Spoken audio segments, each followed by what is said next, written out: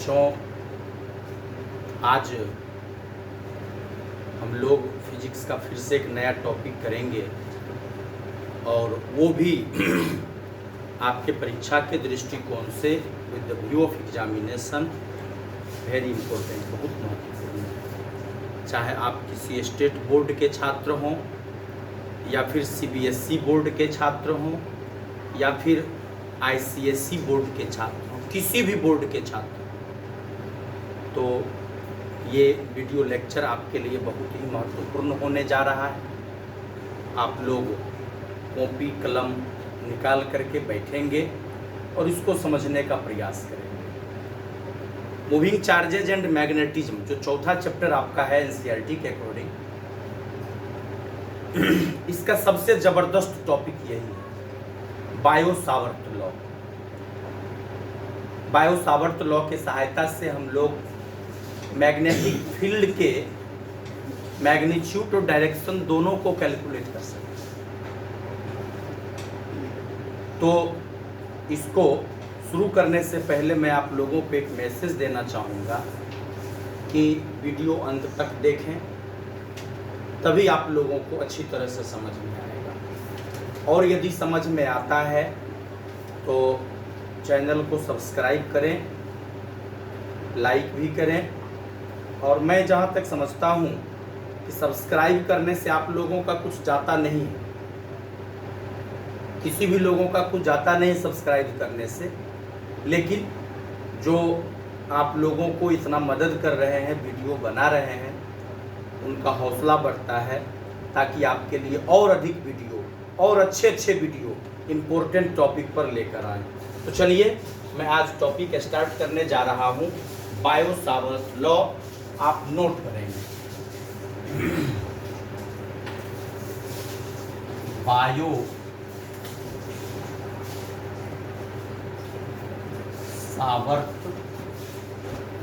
का नियम, बायो-सावर्त का नियम, बायो-सावर्त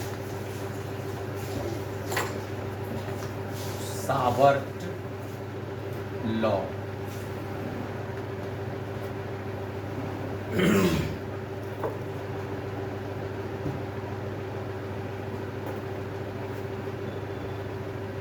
ओके, इस चैप्टर को जिस दिन मैंने प्रारंभ किया था, स्टार्ट किया था, उसी दिन आपको पता चल गया था कि 1820 ईस्वी में एडी में जेसी ऑस्टर्ड नाम का एक साइंटिस्ट था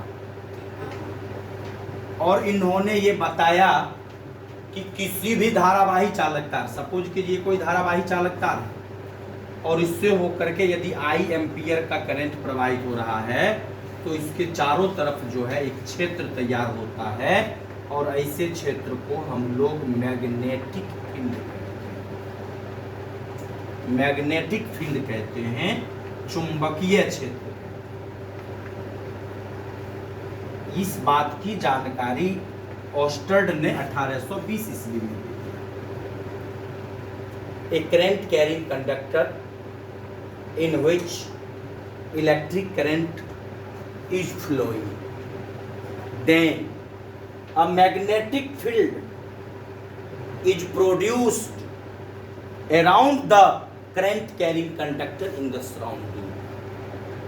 जब किसी धारावाही चालक तार से होकर के विद्युत धारा का प्रवाह हो रहा होता है तो तार के चारों तरफ वातावरण में एक चुंबकीय क्षेत्र पैदा होता है। प्रयोग के माध्यम से इन्होंने बताया था, मैग्नेटिक कंपास ले गया था और फिर बाद में हम लोगों ने चुंबकीय क्षेत्र का कॉन्सेप्ट देखा था। फिर चुंबकीय क्षेत्र में कोई आवेश गति कर रही थी तो उस पर कितना चुंबकीय बल लग रहा था, मैग्नेटिक फोर्स लग रहा था, ये सारी बात मैंने आप लोगों को बताया। फिर कोई करंट कैरिंग कंडक्टर को किसी मैग्नेटिक फील्ड में डाल दिए तो उस पर कितना फोर्स लगा, ये भी मैंने बताया। फिर मैंने बताया कि जब चुंबकीय क्षेत्र और विद्युत क्षेत्र में कोई कण एक साथ गति करती है तब उस पर चुंबकीय बल और विद्युत बल दोनों कार्य करता है और उन दोनों बलों के परिणामी बल को ही हम लोग लॉरेंज बल कहते हैं। फिर उसके बाद मैंने बताया कि वो जब किसी चुंबकीय क्षेत्र में गति करती है तो वो वृत्ताकार पथ पर गति करना प्रारंभ कर देती है और उस पर जो आरोपित होने वाला बल होता है उसका दिशा जो है त्रिज्यतः केंद्र की ओर होता है, रेडियली इनवर्ड होता है। लेकिन उसके बाद फिर एक मैंने कल के क्लास में बताया था आप लोगों को साइक्लोट्रॉन के बारे में, भली भांति आप लोगों ने समझ लिया। तो जो साइक्लोट्रॉन वगैरह नहीं देख पाए हैं वो मेरा पिछला वीडियो खोल करके देख सकते हैं, तो साइक्लोट्रॉन से संबंधित सारी जानकारी आप लोगों को मिल जाएगी। तो अब एक सवाल यहाँ खड़ा होता है, अब एक सवाल यहाँ पैदा होता है कि ऑस्टर्ड ने तो बता दिया कि कोई भी धारावाही चालक तार जिससे होकर के विद्युत धारा का प्रवाह होता है उसके चारों तरफ चुंबकीय क्षेत्र पैदा होगा, मैग्नेटिक फील्ड पैदा होगा। बट कितना मैग्नेटिक फील्ड पैदा होगा, कितना, हाउ मच, इसका कुछ तो स्ट्रेंथ होना चाहिए। कितना मजबूत चुंबकीय क्षेत्र है, कितना कमजोर चुंबकीय क्षेत्र है, इसकी गणना भी तो होनी चाहिए, इसका कैलकुलेशन भी तो होना चाहिए कि कितना चुंबकीय क्षेत्र पैदा होगा। इलेक्ट्रोस्टैटिक्स में आप लोग पढ़ चुके हैं बेटा, इलेक्ट्रोस्टैटिक्स में आप लोग जो है पढ़ चुके हैं कि कोई भी आवेश अपने चारों तरफ विद्युत क्षेत्र पैदा करता है। अपने चारों तरफ क्या पैदा करता है, विद्युत क्षेत्र। और उस विद्युत क्षेत्र की जो तीव्रता है उसका फॉर्मूला होता है F/Q0।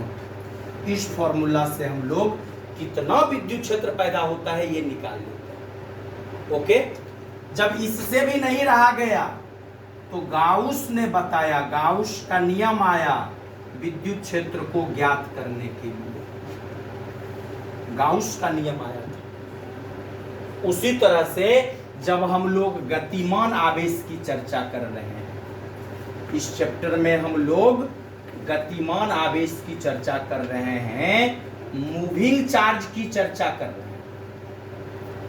मूविंग चार्ज अपने चारों तरफ जो पैदा करता है उसको हम लोग कहते हैं मैग्नेटिक फील्ड। और कितना मैग्नेटिक फील्ड पैदा होता है समझ गए, मैग्नेटिक फील्ड का स्ट्रेंथ क्या होगा, how much magnetic field is produced, समझ गए, इसको ज्ञात करना पड़ेगा। और इसी को ज्ञात करने के लिए कि कितना मैग्नेटिक फील्ड धारावाही चालक तार के चारों तरफ पैदा होगा, इसी चीज को ज्ञात करने के लिए 3 साइंटिस्ट आए, जिसमें एक साइंटिस्ट का नाम है बायोट, दूसरा का नाम है सावर्ट और तीसरा का नाम है लेप्लास। ये 3 साइंटिस्ट ने मिलकर के धारावाही चालक तार के चारों तरफ कितना चुंबकीय क्षेत्र पैदा होगा इस बात का पता लगाया, समझ गए। लेकिन नियम में हम लोग 2 के नाम की ही चर्चा करते हैं। हो सकता है तीसरा का योगदान कम रहा हो, आई डोंट नो, समझ गए, लेकिन नाम 2 का ही हम लोग यूज करते हैं और इसको हम लोग कहते हैं बायो-सावर्त का नियम। तो यहाँ से क्लियर हो गया, किसी भी धारावाही चालक तार के चारों तरफ चुंबकीय क्षेत्र की गणना करने के लिए, चुंबकीय क्षेत्र के कैलकुलेशन के लिए जो नियम बनाया, जो फॉर्मूला दिया, जो रूल बनाया, उसी को हम लोग कहेंगे बायो-सावर्त का नियम। क्या कहेंगे उसको हम लोग, बायो-सावर्त का नियम। कब, जब कोई धारावाही चालक तार और उसके चारों तरफ, जैसे एक बात बता रहा हूं मैं, डायग्राम से समझा देता हूं इसको एक बार पुनः, कि सपोज कीजिए कि ये कोई धारावाही चालक तार, ये कोई धारावाही चालक तार 13 तार बना दिए, देख लीजिए, और इससे होकर के आई एम्पियर की विद्युत धारा प्रवाहित होगी। कितने एम्पियर की, आई एम्पियर। तो स्वाभाविक है इस तार के चारों तरफ, इस तार के चारों तरफ वातावरण में चुंबकीय क्षेत्र बना है, हाँ, लेकिन यहाँ पर चुंबकीय क्षेत्र का मान क्या है ये बताना चाहिए आपको। इस जगह पर चुंबकीय क्षेत्र का मान क्या होगा ये बताना है, इस जगह पर चुंबकीय क्षेत्र का मान क्या होगा ये बताना है। यहाँ चुंबकीय क्षेत्र का मान क्या होगा ये बताना है। तो इसके कारण किसी भी बिंदु पर चुंबकीय क्षेत्र का यदि मान बताना है, चुंबकीय क्षेत्र को कैलकुलेट करना है, तो इस कैलकुलेशन के लिए जिन्होंने नियम बनाया वो हैं हमारे महान साइंटिस्ट बायो, सावर्त और लेप्लास। इन लोगों ने मिल करके क्या किया कि किसी भी धारावाही चालक तार के चारों तरफ किसी बिंदु पर कितना चुंबकीय क्षेत्र पैदा होगा, इसके लिए एक नियम बनाया और इसी नियम को हम लोग कहते हैं बायो सावर्त का नियम। क्या कहते हैं हम लोग? बायो सावर्त का नियम। अब देखिए इनका जो नियम है वो संपूर्ण तार के लिए नहीं है, ये पूरा का पूरा तार के कारण यहाँ पर कितना चुंबकीय क्षेत्र बनेगा पहले उसके लिए इन्होंने नहीं बताया। ये बताए सबसे पहले धारा अल्पांश के लिए, धारा अल्पांश के लिए, करंट एलिमेंट के लिए। करंट एलिमेंट क्या होता है? एक नया शब्द यहां से जुड़ रहा है आपका, धारा अल्पांश। इसको हम लोग कहते हैं करंट एलिमेंट। ये नया शब्द आपका जुड़ रहा है, करंट एलिमेंट। सपोज कीजिए कि पूरा तार तो बहुत लंबा चौड़ा है जी, बहुत लंबा है। इस तार का एक छोटा सा टुकड़ा हम लोग ले लेते हैं, मान ले लेते हैं, मान समझ सपोज कर लेते हैं MN। इस तार का एक छोटा सा टुकड़ा है और इस तार की जो लंबाई है उसको हम लोग स्मॉल एलिमेंट की लंबाई DL सपोज कर लेते हैं। क्या सपोज कर लेते हैं? DL।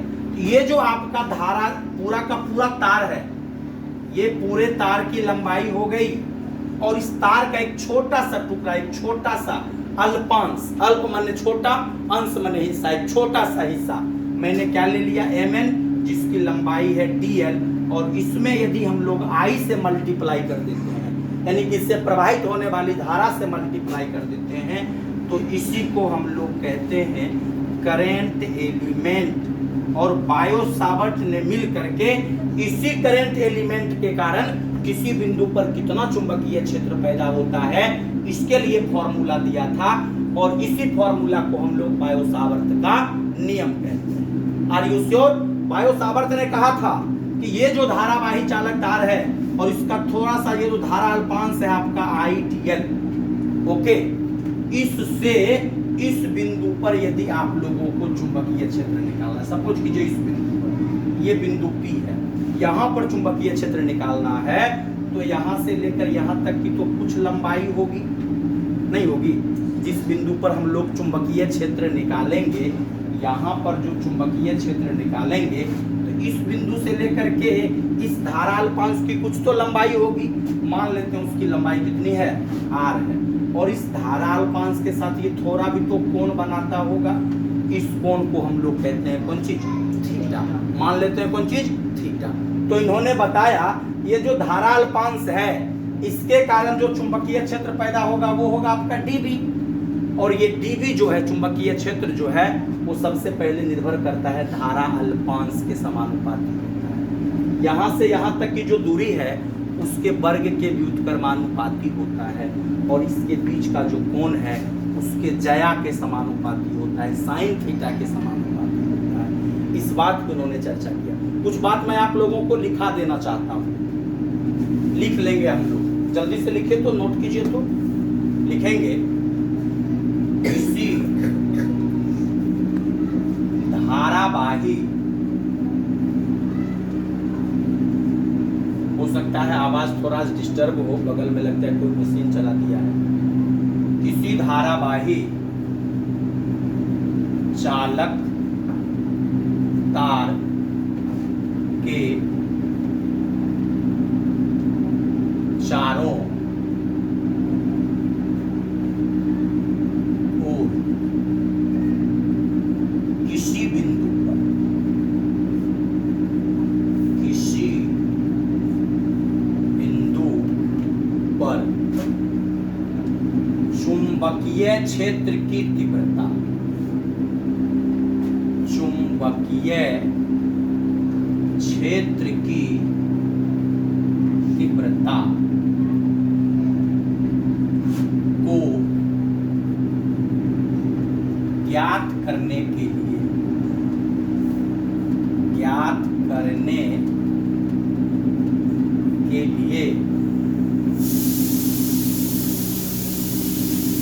प्रसिद्ध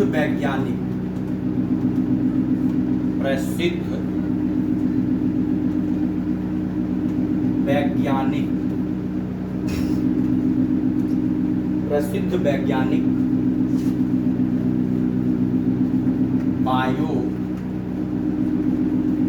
सावर्त के द्वारा एक नियम का प्रतिपादन किया गया। एक नियम का प्रतिपादन किया गया जिसे बायो सावर्त का नियम कहते हैं, जिसे बायो सावर्त का नियम कहते हैं।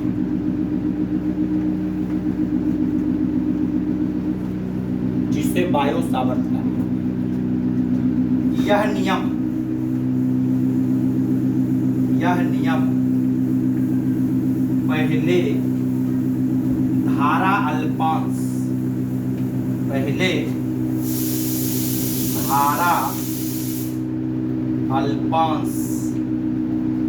के लिए लागू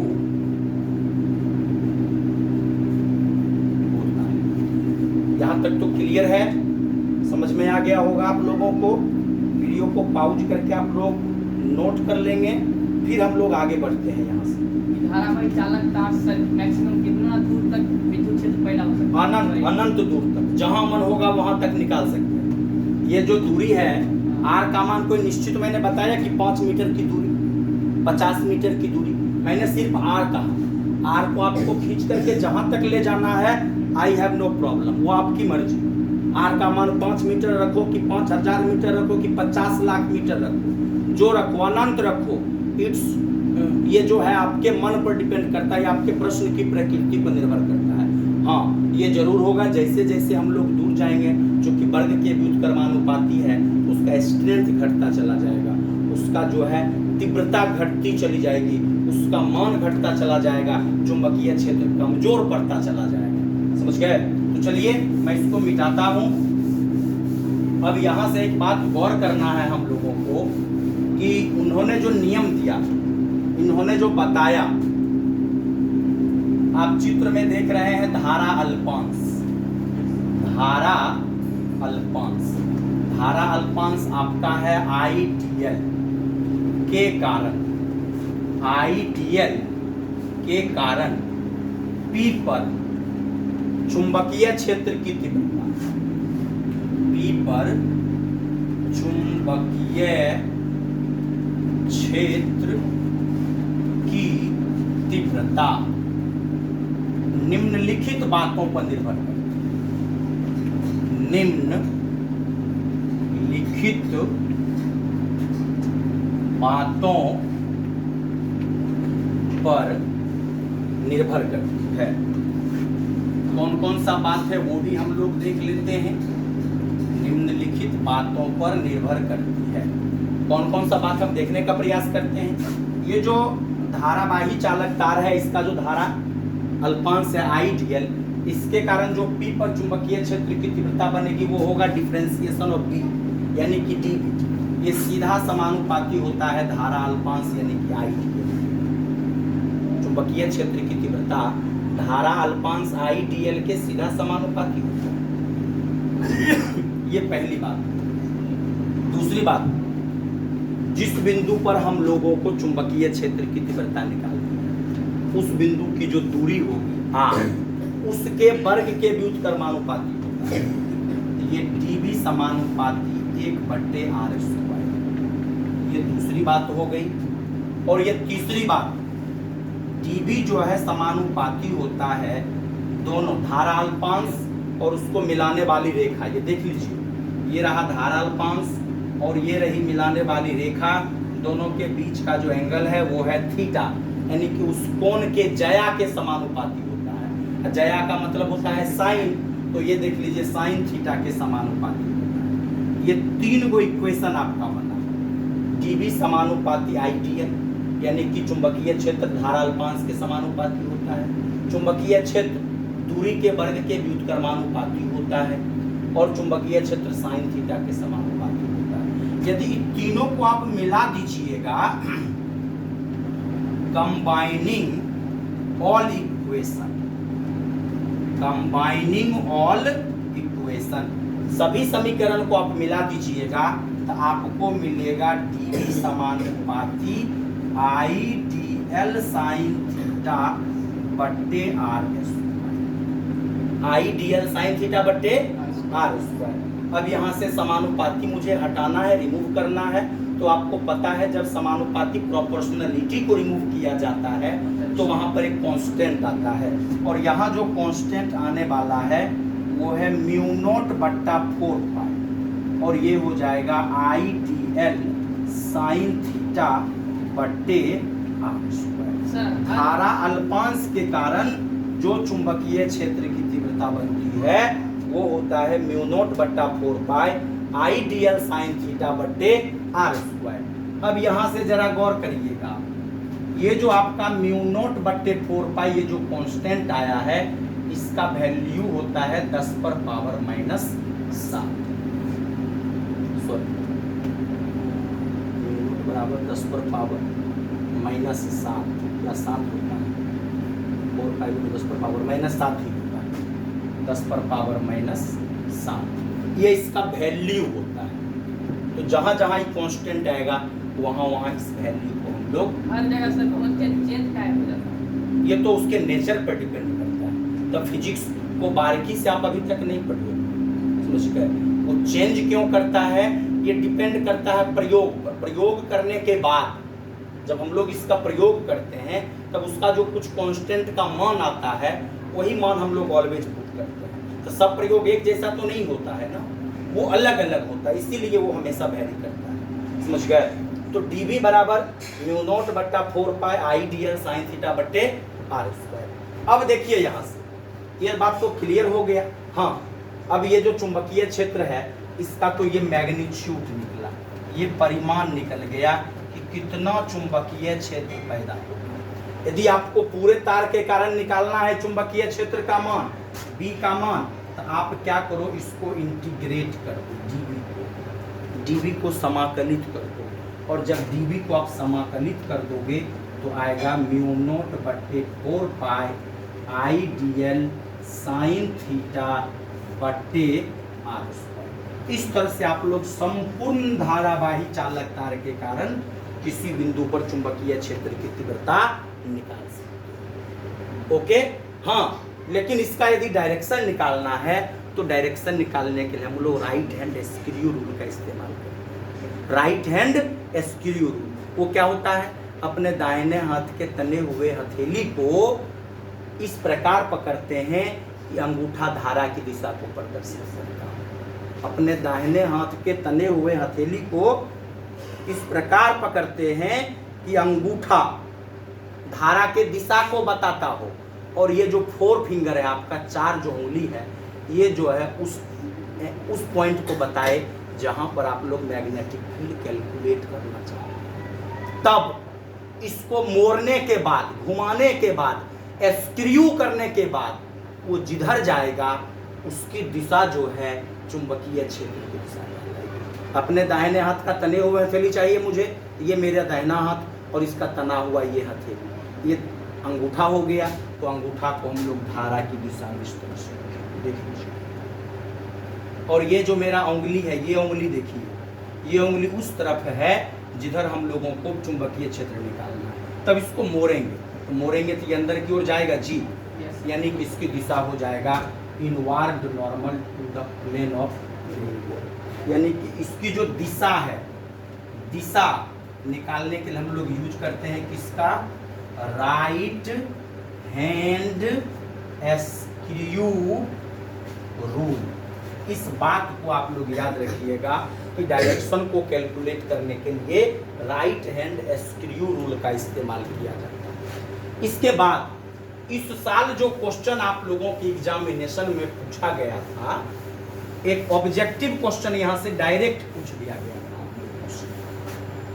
एक ऑब्जेक्टिव क्वेश्चन बिहार बोर्ड के एग्जामिनेशन में इस बार डायरेक्ट पूछा था, इसी का वेक्टर फॉर्म पूछा था। बायो सावर्ट लॉ का जो है वेक्टर फॉर्म पूछा था। ये जो आपका dB है, dB बराबर म्यू नॉट बाय 4 पाई IDL साइन थीटा बट्टे आर स्क्वायर। ये बायो सावर्ट के नियम का जो है फॉर्मूला हो गया कि धारा अल्पांश के कारण किसी बिंदु पर चुंबकीय क्षेत्र कितना पैदा होगा। लेकिन इसी का जो सदिश रूप है, इसी का जो सदिश रूप है जिसको कि हम लोग वेक्टर फॉर्म कहते हैं, तो कुछ इस तरह से होता है कि dB पर ज्यों ही हम लोग वेक्टर बैठाएंगे, समझ गए, कि ये जो है म्यू नॉट बाय 4 पाई IDL साइन थीटा बट्टे ये जो है आपका आर स्क्वायर, ठीक है। ये जो आर स्क्वायर है, तो यहाँ पर हम लोगों को डालना पड़ेगा आर का यूनिट वेक्टर। आर का यूनिट वेक्टर हम लोगों को डालना पड़ेगा। क्या डालना पड़ेगा? आर का यूनिट वेक्टर। अब क्या करेंगे हम लोग, यहाँ से जरा गौर कीजिएगा। यहाँ से अब हम लोग क्या करेंगे कि ये जो आर है, इसमें एक आर से ऊपर नीचे मल्टीप्लाई कर देंगे। चाहे यहाँ पर ऐसा कर देते हैं, ये आर है, इसको आर क्यू आप कर लीजिए, इसको आप आर क्यू कर लीजिए। अब यहाँ से जो है ये हो जाएगा म्यू नॉट बट्टे 4 पाई, म्यू नॉट बट्टे 4 पाई। आई को मैं बाहर कर लेता हूँ और ये हो जाएगा R cross DL, R cross DL, I cross DL, R cross DL, R cross DL, I DL sine I. एक मिनट, यहाँ से जो है हम लोग क्या करते हैं, ये जो है आपका आर क्यू और यहाँ पर एक आर हम लोग पहले से डाल लेते हैं। वेक्टर फॉर्म कुछ इस तरह का देखिए, बुक थोड़ा सा देखिए।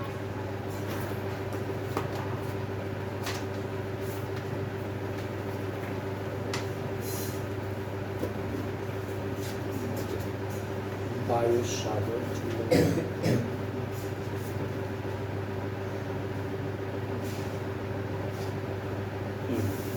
सही जा रहे थे हम। तो ये हो गया आपका।